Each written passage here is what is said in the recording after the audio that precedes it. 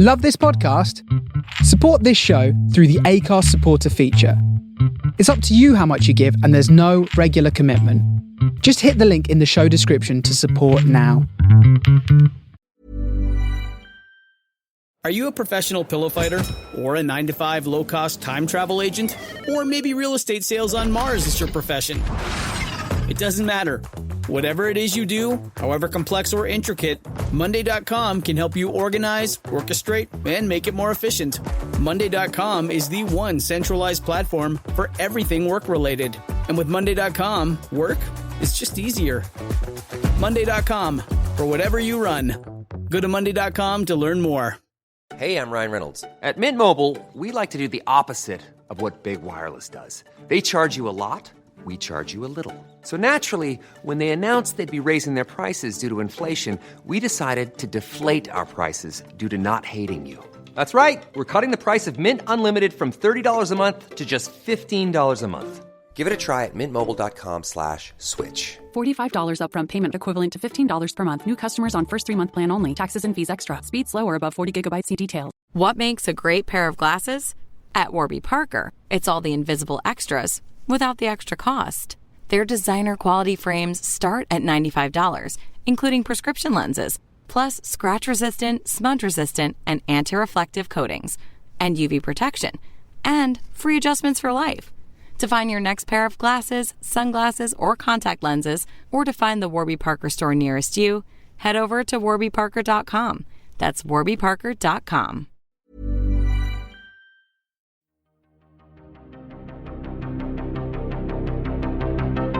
This is Writers on Film, the only podcast dedicated to books on cinema.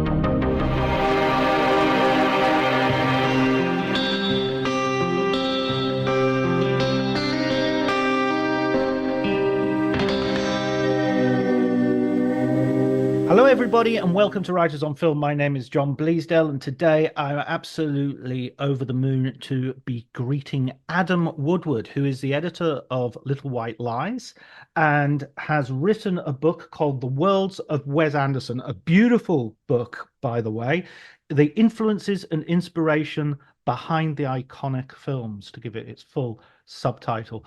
Hi Adam, thank you for joining me. Hi John, it's delighted to be on. Can I just pick you up on one very small thing? I'm editor at large, not editor. Oh, right, editor at large. Sorry about that. Only because I'll be told off if this goes out and I'm claiming to be editor. What does editor at large mean? Editor at large is I'm just less involved in the kind of day-to-day side of things these days. So my role is kind of more I suppose strategic and I work across like partnerships and I help out with the podcast and run our YouTube channel and other things, but it's a title I've made up myself if you can tell, so it's kind of a bit more loosey goosey. Okay, that's great. I mean, Little White Lies, you were there from the very get-go, right? Almost. I've been there for long time now, since about 2009. So when I started it was print magazine obviously, and predominantly that was its focus, I suppose. I mean, it was, there was a website, but it was a kind of very fairly rudimentary website at the time, and I came on at a time when they were looking for someone to sort of set up the website properly. So that was kind of my main remit for the first sort of 10 years. As I say, I've moved into sort of more of a oversight kind of role now, but as I say, working less on the day-to-day side of things, so slightly out of the loop with the goings on in the film world and the film scene, but still very much kind of active in my own way. How did you first get into sort of writing about films? What was your in? I suppose my in really was, I mean, I studied journalism and a sort of bit of a Frankenstein course of film and media and other things at Cardiff University, and I was quite involved with the Student Union newspaper and magazine there. Edited the film section for a couple of years, and actually we quite brazenly ripped off Little White Lies. I used to buy the magazine. I used to go to Borders, if you remember that shop, that chain. That was quite a good kind of magazine and bookshop. And you always used to pick up the new issues there. And I just loved the magazine, and that was kind of really just hit my sweet spot in terms of my passions at the time. And I used to actually write to the then editor and just send him clippings and things, probably pestering him a bit, but managed to just sort of get my foot in the door out of university on an internship and never left. Excellent. And I mean, I remember Little White Lies was sort of part of a ballooning of sort of film criticism in that Mm. period. There were a lot of sadly now defunct or about to go defunct, if that's not too pessimistic.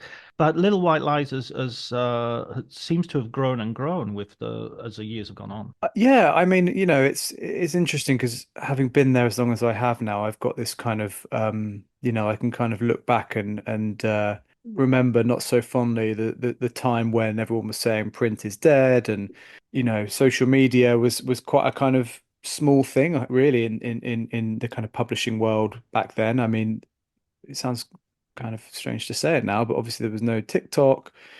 No one was really doing anything on a platform like YouTube or even Instagram. Twitter was a thing, but again, it was very, very different to what it is now. But I think we've maintained that kind of core audience, I suppose, around the print magazine because of, the passion we have for it. The business model, to be honest, has kind of shifted a little bit. So, we aren't just making the magazine. We do other things across the company which supplements the magazine and vice versa. So it's and again, a lot of with what I do, is a lot of it is like brand related. So it's kind of working on partnerships and sponsorship packages. Not to get into too deep into the weeds with it, but that's kind of how we've kind of I suppose ridden those trends and that, as I say, the print is dead and the pivot to video and all these things that we've kind of kept going with the magazine. And obviously we have all these other things as well now, like I mentioned, the YouTube channel and the podcast and yeah, so I think it's always found its audience, and I think ultimately it's because it's quite a premium product. It's a really, beautifully put together thing, and it has, for my money, some of the best writing on film around. So I think that will always find its audience. Absolutely, yeah. And I don't want to sort of stretch the linkage too much, but that idea of sort of curated quality, aesthetically pleasing, leads us directly to Wes Anderson, I think. And Totally, yeah. I'm imagining the French Dispatch as being a kind of the offices of Little White Lies, a sort of diorama of people working in very Yeah. Well, no, symmetrical. you're not too far off. I mean, Davey, our editor is not too dissimilar, I think, in some ways to. I mean, he's someone who kind of came through. He's slightly older than me, but he came through magazine journalism school, as it were, and did shifts at Time Out, and he was actually involved in the very, very early days of Little White Lies as a contributor. So I think that core team being there has kind of put it in good stead, and the Wes connection is an interesting one because the first ever issue of Little White Lies was Life Aquatic in 2005. So Right. there's always been, and I think we've had 3 or 4 of his films on the cover over the years. So there's always been that connection to him there, and he's someone I've always as I say in the introduction to the book, kind of pre-working in film and being at Little White Lies. I was a long-term fan of Wes and his work. So it's nice that we've been able to, I suppose, intersect over the years with the magazine and his kind of work and follow his career. Your first film at the cinema for with Wes Anderson was, I think you say in the introduction, was The Royal Tenenbaums, right? What was Yeah. what was that first impact then? Had you already seen Rushmore on videotape, or was that something you would do later? No, I think that came later. To be honest, it's a very vague memory, and I don't think it was a kind of eureka moment for me. I think it was something that I probably only with the kind of passing with time have realized the impact of it. I think at the time I suspect I enjoyed it and maybe hadn't quite seen anything like that. I think that was probably the time when I was getting more into independent American cinema, especially Rushmore. I think I then rented on DVD subsequently. Obviously that was a kind of previous film of his, but I think Rushmore was the one that maybe had a bigger impact in terms of understanding who Wes is as a filmmaker, and I think my connection to that was more instant. Even watching it after All Tenenbaums, renting it, watching it, I probably watched it a few times. I don't know. I don't know about you. I mean, I lived down the road from me. There was an old school kind of video rental shop I used to go to quite often, and I'd rent usually like two or three films at a time, and I'd watch them all a couple of times because you'd get them for like 24 hours or 48 hours or something. So I was in the habit of doing that. So I probably watched Rushmore a couple of times in a row. And actually, Royal Tenenbaums is one that I enjoyed a lot more revisiting it now for this book because I hadn't seen it in a few years, and it was always one that I kind of felt like I hadn't connected quite with. And I think beyond that point, I'd pretty much seen all of his films as they'd come out, And that is just one I hadn't revisited very often. And for this, it was yeah, that was a bit more eye-opening, I think, realizing how good it is. I think it's a really interesting point that we're at now with Wes Anderson because people have. I would say you're a bit younger than me, but even of this generation, I still perpetually see Wes Anderson as a kind of young new generation filmmaker, and of course he kind of isn't anymore. He's in his middle age now, quite solidly. Yeah. His films are all on Disney Plus and other things, and he's kind of, not to say that he's a sort of big mainstream filmmaker in a lot of ways. I mean, I think he will still be unknown to a lot of people. He's not a household name necessarily.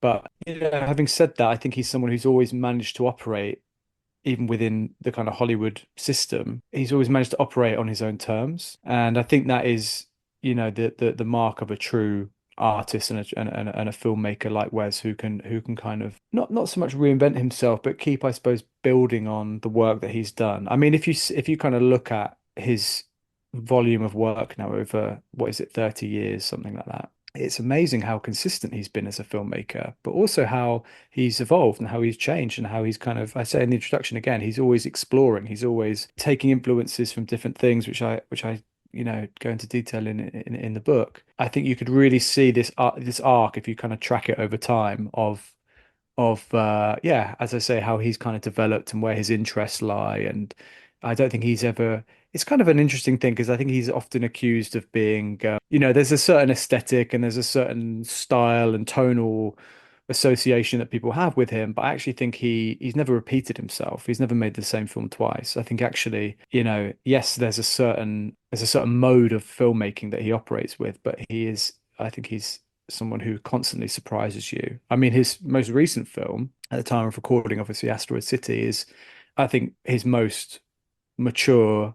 And I mean that on a kind of storytelling, emotional level. I mean that on like a filmmaking craft level. So that for me is very exciting that he does still feel, as you said, like a relatively young filmmaker, even though he's probably 50 something now. But I feel like the best is still to come from him, to be honest. And one of the things that I really took from your book, and which surprised me and made me look at, because my history of him is, I remember being sent Royal Tenenbaums when I first arrived in Italy. Someone sent me the DVD, and they described it as this is a comedy without jokes. Right. I thought that's an interesting description, and I can kind of see what you mean. It's sort of like it's not got any sort of like punchliney jokes, but it's very funny all the way through. The jokes sort of come more from the situations. And then I followed his career very closely. I think the first time I ever went to Cannes, the opening film was Moonrise Kingdom. Yeah, I was at that same Cannes. That was my first. I think that might have been my second Cannes, but that was an amazing experience going to see that, and great choice for an opening film, and just I mean, that's one I absolutely love that film. You can probably tell in the book there's a lot of reference to Moonrise Kingdom, and that was a very fond experience. And I think I was at Berlin when Isle of Dogs premiered as well.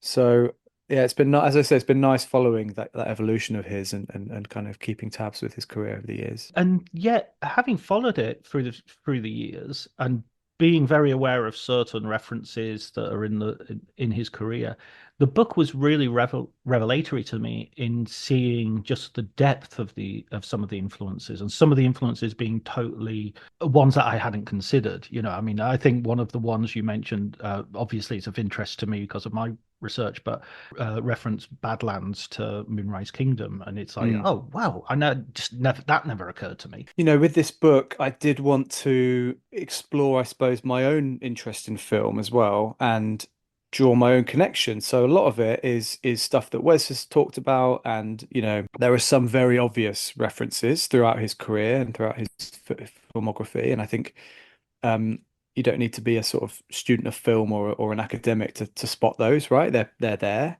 I think what I was interested in was, okay, he's talked about, I mean, Isle of Dogs, which I've just mentioned in the press conference at Berlin for that, he was talking about Kurosawa. Now he kind of does this. He'll sort of tease that. I really want to kind of give the whole game away and go into a great deal of detail. And these, I suppose, the situations, press conferences, interviews, is maybe not the scope and the time to do that.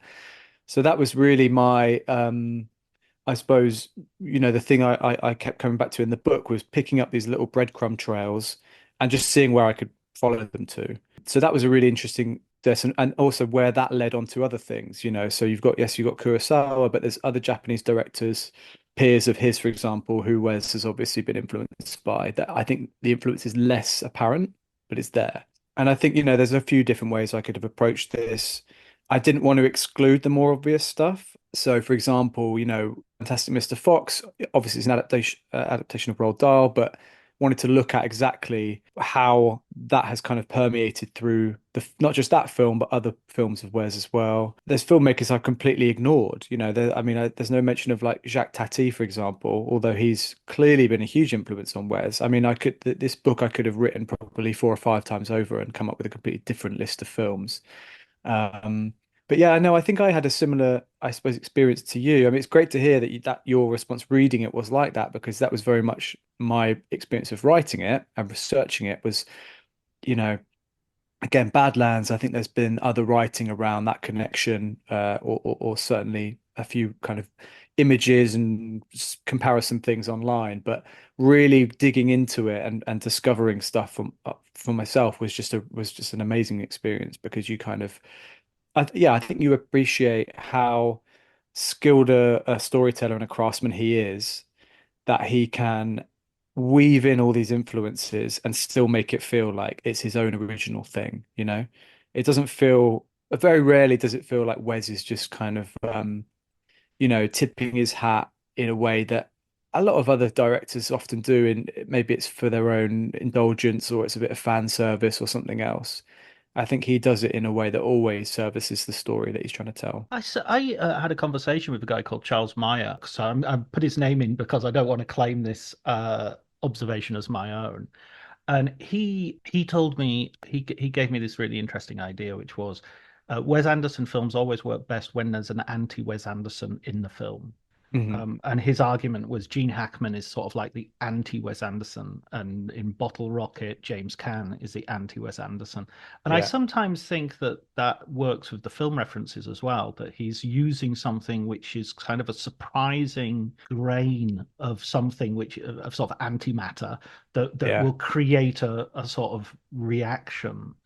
Somebody like Hal Ashby, who you wouldn't immediately think of when you think of Wes Anderson, but it sort of grounds his films in a way that is much more, it becomes very creative. And as you say, it's not just here's a reference, clever me, it's actually something to bounce off. Yeah, no, totally. And Hal Ashby is an interesting one, because he, in the course of his career, made so many different types of films. Although I think they all have a certain, they all have a certain flavor to them that you can kind of tell it's got his fingerprints on it. It's whether it's like Harold and Maude, or The Last Detail, which are the two that I kind of focus on here, or Being There. Yeah. So I mean, which is a personal. I absolutely adore Being There, and again, that's probably something I could have included in this book. I think Wes's films often there's a sense of like a journey, and whether that's a physical journey, and you have that quite a lot in films like Life Aquatic, or Bottle Rocket is a bit of a road movie, right? And you've obviously got that in Darjeeling Limited,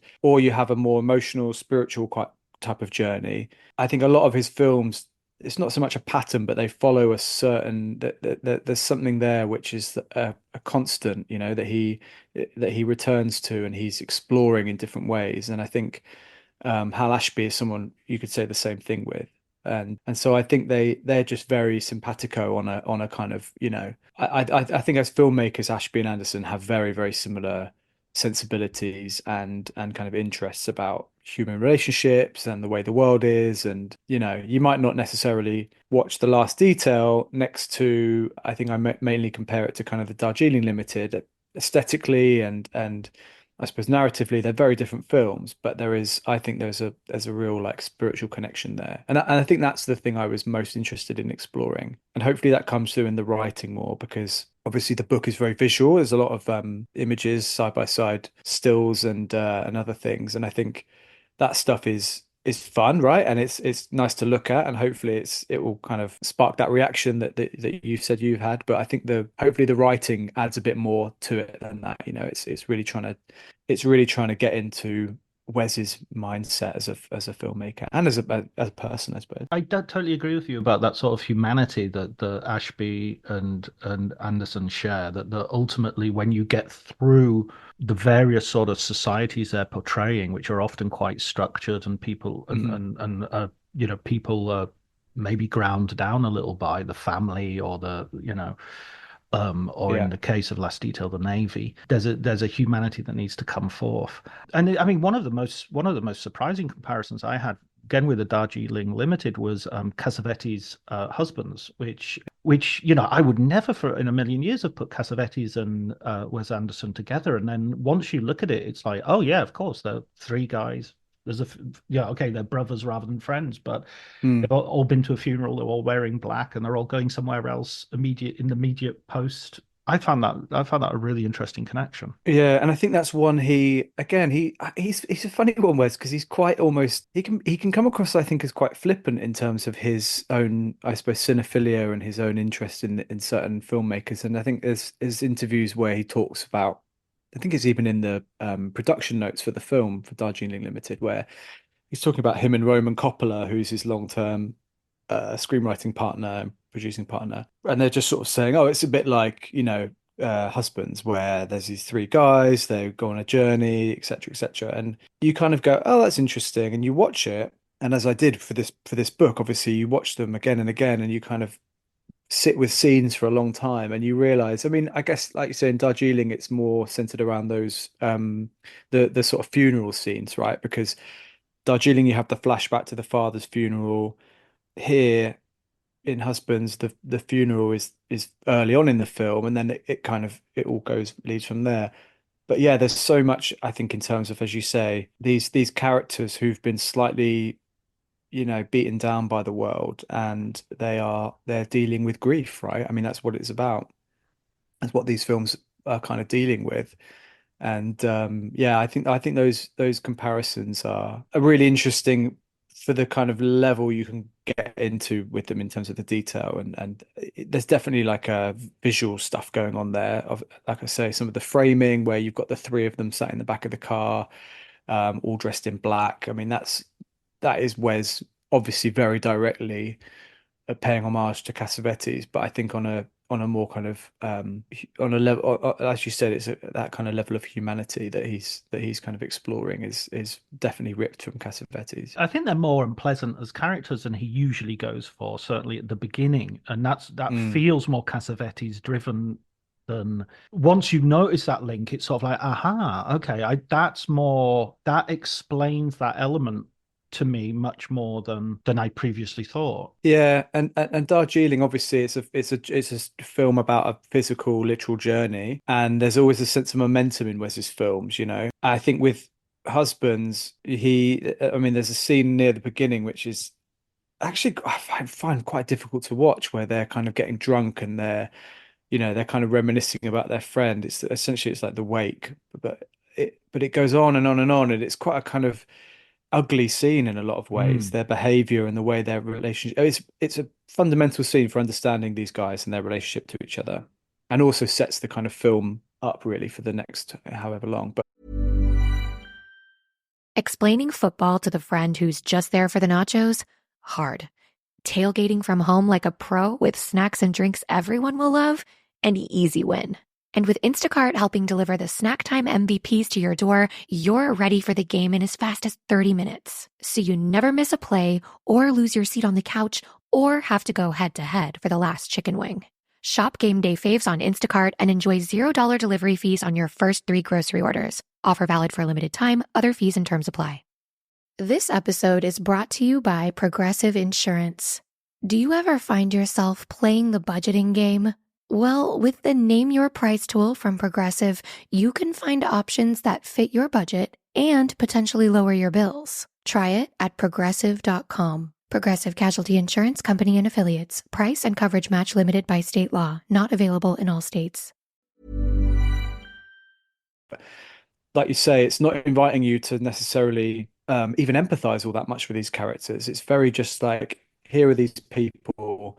I think Wes doesn't quite go as far as that, but I totally agree. I think the brothers in Darjeeling are not introduced as like the heroes of the film, really. I mean, they are not people who you instantly are drawn to or particularly would want to, spend time with. I think they all come across as narcissistic and, they're kind of quite childish, they bicker, and it's only over the course of the film, same with Cassavetes, right, that you kind of learn a bit more about why they are the way they are and why they're behaving the way they are. And I think that's testament to Wes's ability and skill as a writer as well, that he can kind of, by the end of the film, you haven't completely come 360 on these characters, but you're certainly in a different place with them than you were when the film starts. I always think about the old Harold Bloom Anxiety of Influence book, where the idea of incorporating your influences, and I mean he was coming from a very Freudian 1960s point of view of sort of like you have to kill your fathers in order to go on. Anderson is working in a sort of context where you've also got direct contemporaries like Quentin Tarantino being very cinephile in there and very referential in their films. I mean, I see that dynamic as quite similar. I don't want to set them up against each other because I don't think that's particularly fruitful, but I see them as quite similar in being able to get over that sort of Bloomian idea of just, I'm going to, consume other people and go on. Primarily because of that thing you said at the beginning that, he's got his own style. He's not making the same film. Or even a film which you can predominantly identify as just this is his X film. I mean, I'll give you a counter example. J.J. Abrams making Super 8 was J.J. Abrams making his Spielberg movie. Yeah. I mean, so you're sort of saying him and Tarantino. There's an element where that 90s into the 2000s, late 90s into 2000s sort of period where there were filmmakers who were very much well versed in cinema who were making. I mean, I'd throw in Paul Thomas Anderson maybe as well with Boogie Nights. Yeah, definitely. It's interesting, wasn't it? Because I think Tarantino, I suppose maybe this is because he's a more mainstream, more successful filmmaker than Wes, and he kind of hit that cultural moment in the sort of mid-90s and became a real. I mean, how many filmmakers have tried to emulate or imitate Tarantino? Right. You haven't had that many do that with Wes. I don't know why that is. Maybe it's just because his style is so unique to him, so specific. And you've had a lot of pale imitations of someone like Tarantino. I mean, Tarantino, I think he wears his influences on his sleeve, right? Just like Wes does. And he is someone who has made, I think quite consciously, this whole idea of him mapping out a 10-film career. Every film has been like this is the genre I'm operating in. This is I want to make a kind of revenge Western in the spirit of Leone or whoever it is, or Corbucci. And, that he's kind of done that film by film. And I think with Wes, his influences, I think, even when something like Darjeeling Limited, right, which has a primary influence, which is Satyajit Ray, and again, I discussed that at length in the book. It has that, but it also has all these other influences. It's not just, I'm looking at this one director and this one genre. Where I think Tarantino maybe has done that a bit more in his career. Although he's obviously like a big time cinephile, right, Tarantino, and he loves to talk about that and he loves to show off kind of his kind of cinephilic chops. But I don't know, I think Wes is maybe a little bit more, possibly a bit more self-aware and maybe a bit less egotistical in the way he kind of wants to show off his kind of knowledge like that. I don't know. He never casts himself in the role of an Australian mine worker. And exactly. I think for that we must all be thankful. Yes. Yeah. I mean, after saying I don't want to pit them against each other, I mean, I would say that some of Django Unchained, particularly Inglourious Basterds to some extent, I always get a feeling I'm watching an essay of a film rather than a film. It's sort of like, here are my quotations and here is my thesis. Yeah. And I don't feel that I'm doing that with Wes Anderson. Also, there's another aspect, which is, of course, his literary influences, Yeah, yeah. which you bring up in the book as well. Yeah, literary. And, I think one thing I did want to touch on in the book is, yes, he's a filmmaker, and I think a lot of his influences are in the same medium, but certainly literary. Looking at the art world, there's a lot of references to painting, photography, music is a big thing, obviously. I think probably maybe after Tarantino, I'd say Wes is the person who is probably most associated with that jukebox soundtrack and using kind of popular music in that way. Not to sort of sully the term popular music, but you know what I mean. It's that kind of it's and again, that's a Scorsese thing, right? And that's something that Wes has kind of pinched from him a little bit, but he's turned it into his own. He's kind of claimed it as his own. I think that's the interesting thing about Wes and his influences. But yeah, the literary thing. I mean, again, I could have the whole book could have been focused on just that.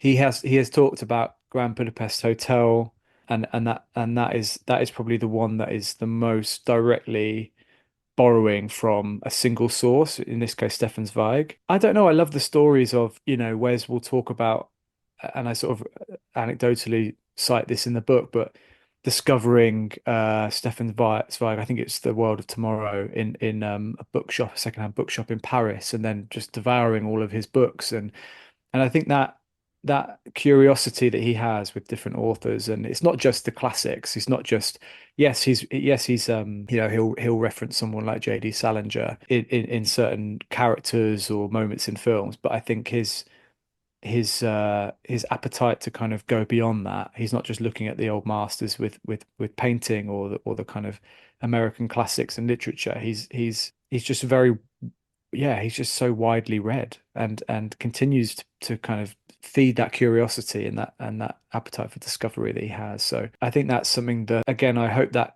comes through in the book, and I hope people read the book and want to go off and watch some of these films that I talk about and discover stuff for themselves, because I think the world is a richer place when we're all kind of approaching it in that way.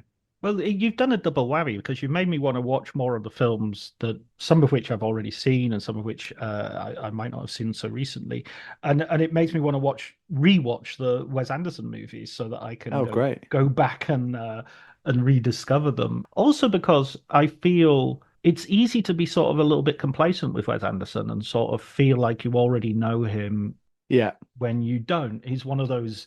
He's easy perhaps to pastiche. I mean, you've got these AIs of certain films as if it was a Wes Anderson film, for instance, and that's a bit tedious in itself. I didn't write this book as a response to that, but that was something I was kind of conscious of. Was it feels to me that and understandably, he is someone who is he's quite hot right now, right? His last few films have been quite successful. I think for him, they've been some of his most commercially successful. And he just seems to have hit a moment. I mean, all the TikTok trends and the AI stuff and the Instagram accounts that are sort of, I suppose, offering a bit of a, I think quite a kind of simplistic idea of what his aesthetic is, what his style is. That's all good and well. No. I don't want to kind of seem like I'm dismissing any of that stuff, but I do think if that's your only view of Wes Anderson, then the idea for this book, I guess, is to kind of challenge that a little bit and to open that up and expand that, because I think there's just so much more there. And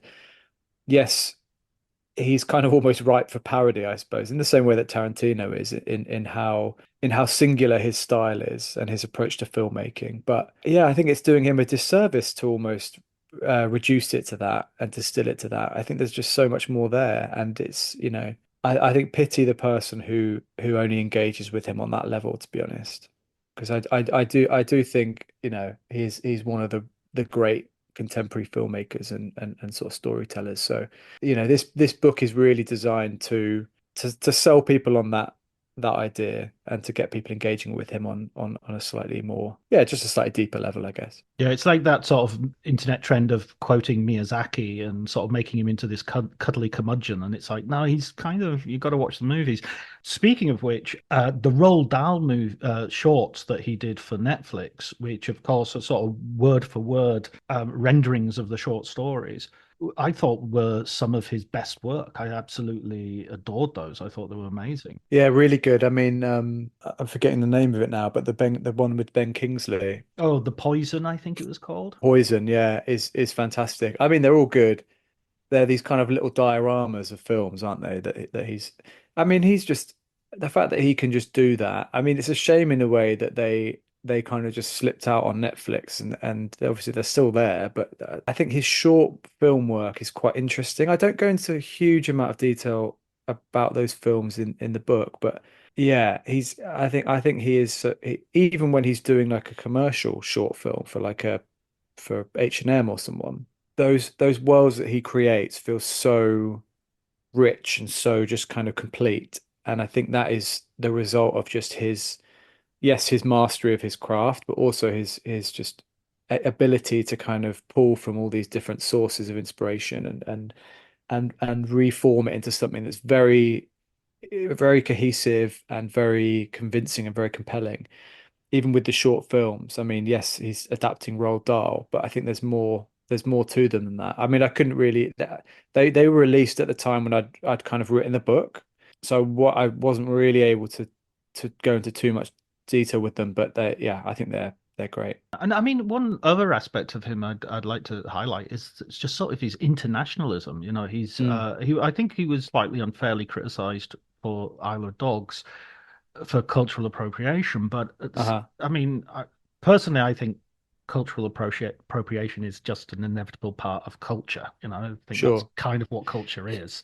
And you know, the French Dispatches and the Grand Budapest Hotel is all about, you know, bringing in an international idea of culture from Yeah, all yeah. over the world, and it just feels I'm hard put to think of an American filmmaker who is that open to continental European, Japanese, Indian influences. Yeah, no, I'm inclined to agree with that, and I think, I mean, I make this point in the book, with regards to Darjeeling Limited. You know, if you read contemporary reviews of that, from 2007, especially from Indian writers, there were people who were saying, "Oh, it's a very, superficial Western view of India."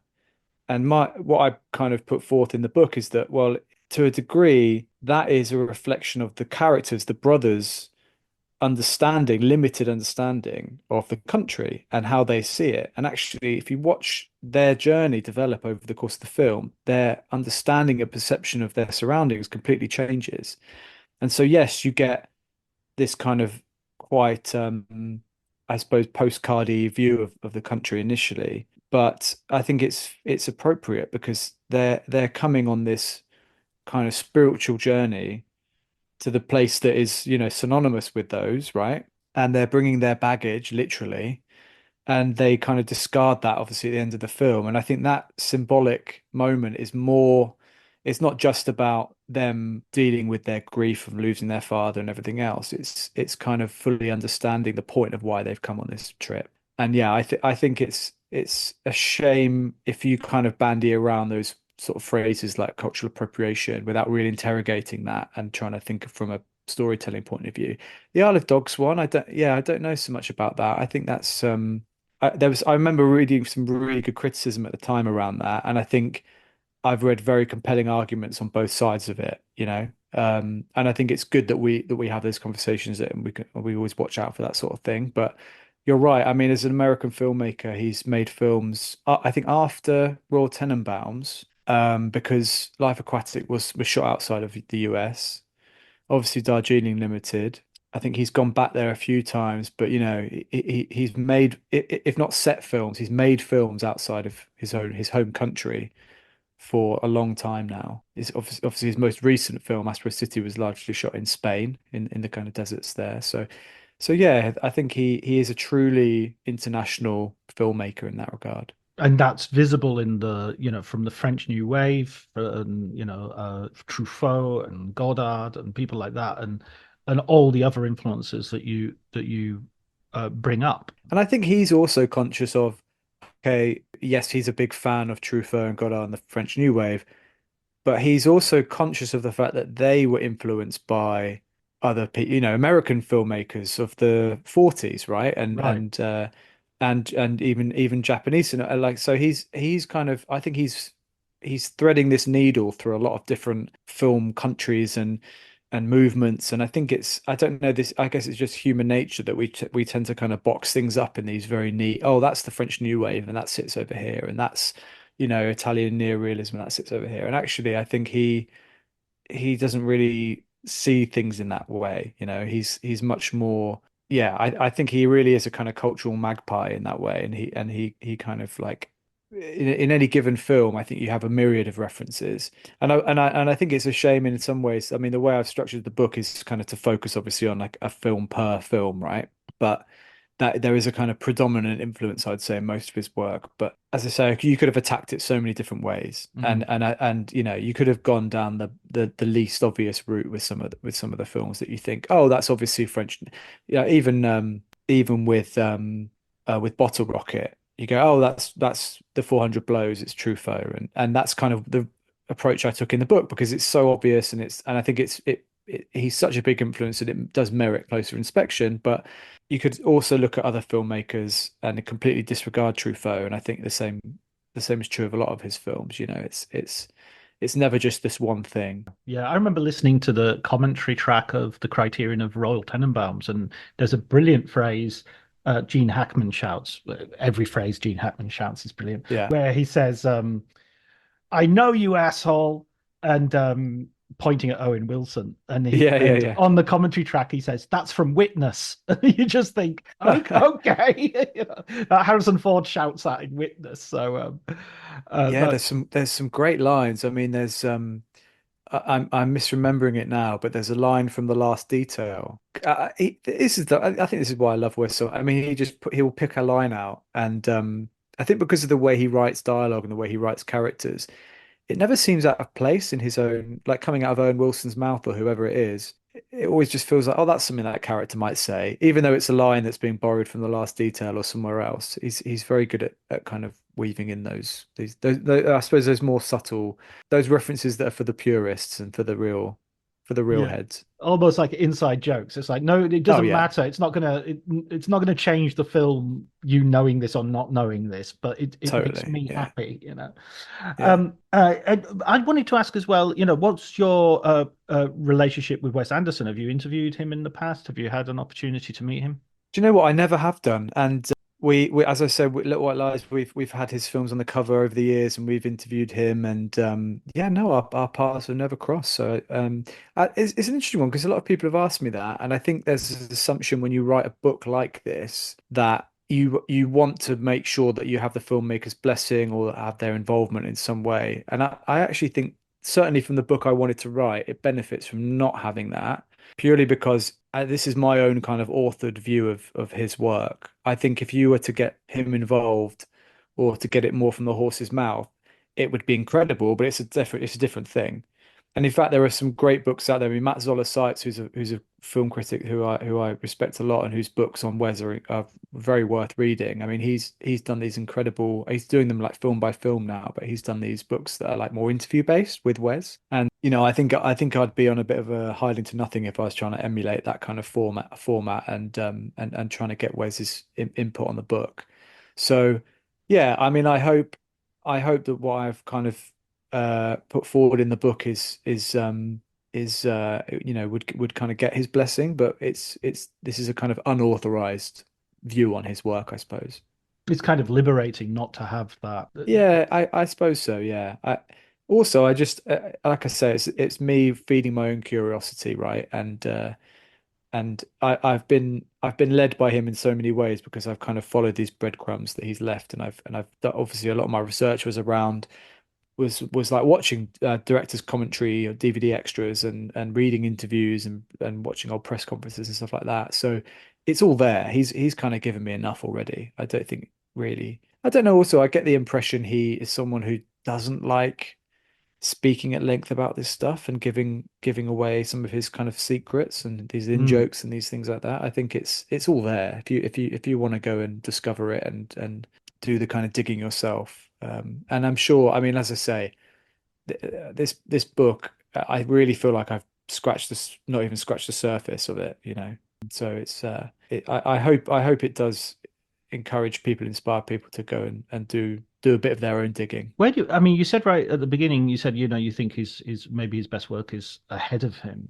Are there sort of directions you could see him going in? Well, I mean, yeah, his most recent film, Asteroid City, I think is probably my favorite of his now. That maybe that and Grand Budapest Hotel. And I didn't get to write too much about Asteroid City in the book because it was just coming out around the time that I was writing it, but I do include it. But yeah, I don't know. I mean, not sure that there's a particular genre that I'd like to see him operate in more so than any others. He's kind of invented his own genre in a way, hasn't he? I mean, I know what you mean. He doesn't make the same film twice, but Yeah, at the yeah. same time, if you watch 20 seconds of a film by Wes Anderson, Oh, you 100%, instantly yeah. know it's a Wes Yeah. Anderson film, right? Yeah, I think what I mean by that is he doesn't repeat himself in and I reeled them off earlier, but he's made films in all these different countries and the Yeah. settings and the types of characters, and yet the similarities, the familiarity comes from obviously the aesthetic, but the even just the way he casts actors.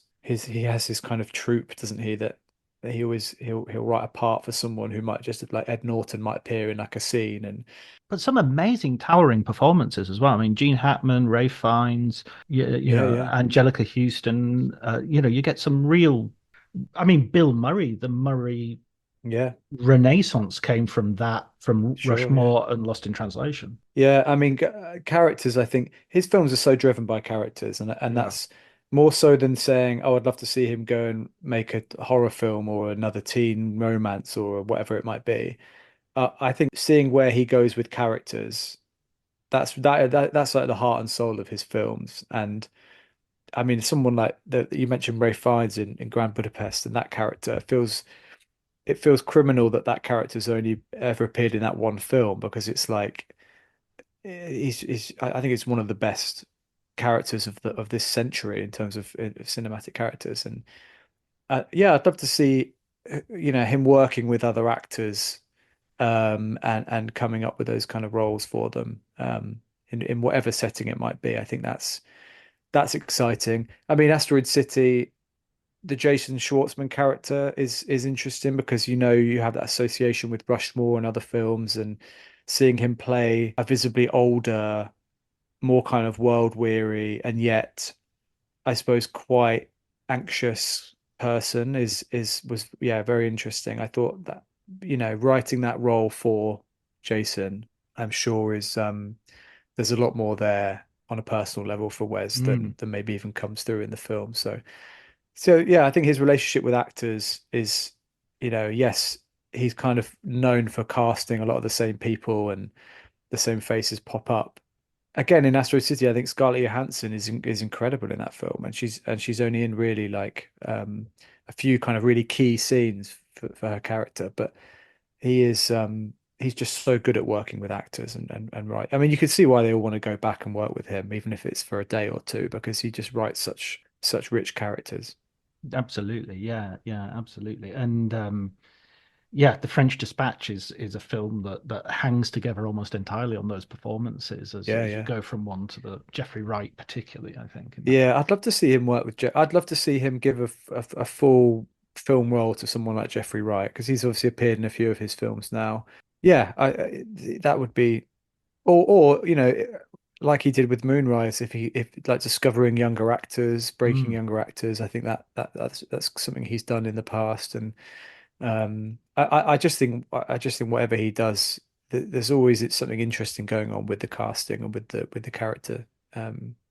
Development of the characters within the film, but if you put them in the context of a kind of stable of Anderson's characters, I think he's writing more and more interesting and complex characters now. Mm. Um, Sort of reminds me of the Coen brothers, just in that sense of casting and having that yeah, yeah, troupe, that equip, as they'd yeah. say. Yeah, brilliant. Well, that's a fantastic book, and I really enjoyed having it. And it's a beautiful. I was so pleased to get a copy from the because sometimes they send you a PDF and you think, oh, okay, all right, but they actually sent me a hard copy this time, so that was Oh, that's good. I mean, I'm glad to hear that because I did make a point of saying, if we're sending out advanced copies, because I think they will be sending out digital versions as well, but it is a sort of book that you really have to sort of sit with yeah, and also it's not the sort of thing I can't imagine anyone's going to kind of read it cover to cover in one sitting. It's very much kind of thing that you dip in and out of, and it is quite I mean, like Wes's films, it's this kind of object art, right? I hope it's a kind of beautiful thing that people can treasure and read kind of while they're watching his films. And I'm really pleased you got to get your hands on a physical copy. yeah, no, absolutely, absolutely. And I actually have read halfway through it and then dipped into the latter half. So I have, I'm kind of on my way towards, towards doing that Yeah, completely. But before I let you go, Adam, could you give me a film book recommendation for our listeners? yeah. Do you know what? I've been a bit slack recently. I've not read that much, but the last thing I read that I really liked was a book by Anna Bogutskaya, who is a writer and programmer, someone who's written for Little White Lies quite a lot of the years, and it's called Unlikable Female Characters. I'm sure you've heard of it, Yeah, if you've had Anna on the show before. But she's coming on the show for Feeding the Monster, her new yeah, book about horror. yeah. So I think Feeding the Monster came out in. Is that coming out? It came out in like August. Think it might have already come out. I think it's Or just come out, but the yeah. the one she did, Unlikable Female Characters, I think is really good. Is a really good read. Yeah, I put that in my top 10 for Sight and Sound asked me to do the top 10 film books last year. Like And last year, yeah, yeah, yeah. No, and I kind of only got round to reading it sort of earlier this year, but no, I definitely recommend that. yeah, she's great. She's a great writer and a great her new one is really good. I'm looking forward to talking to Yeah, her no, I've not read sometime the in new one yet. yeah, But yeah, I look forward to that. specifically sort of focused on horror and Yeah, yeah, which is a very rich vein of critical writing is going on in the field of horror at the moment. yeah, definitely. Well, thanks so much for joining me, Adam. Great. Thanks so much for having me on, John. Really appreciate it.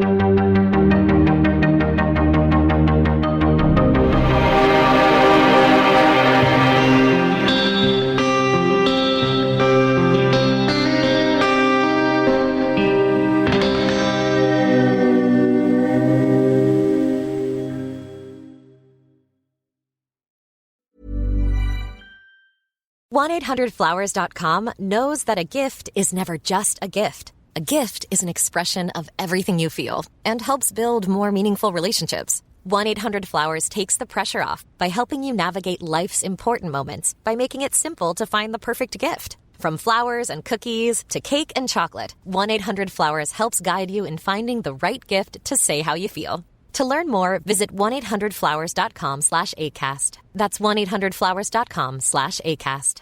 This episode is brought to you by Progressive Insurance. Do you ever find yourself playing the budgeting game? Well, with the Name Your Price tool from Progressive, you can find options that fit your budget and potentially lower your bills. Try it at Progressive.com. Progressive Casualty Insurance Company and Affiliates. Price and coverage match limited by state law. Not available in all states. Every idea starts with a problem. Warby Parker's was simple. Glasses are too expensive. So they set out to change that. By designing glasses in-house and selling directly to customers, they're able to offer prescription eyewear that's expertly crafted and unexpectedly affordable. Warby Parker glasses are made from premium materials like impact-resistant polycarbonate and custom acetate. And they start at just $95, including prescription lenses. Get glasses made from the good stuff. Stop by a Warby Parker store near you.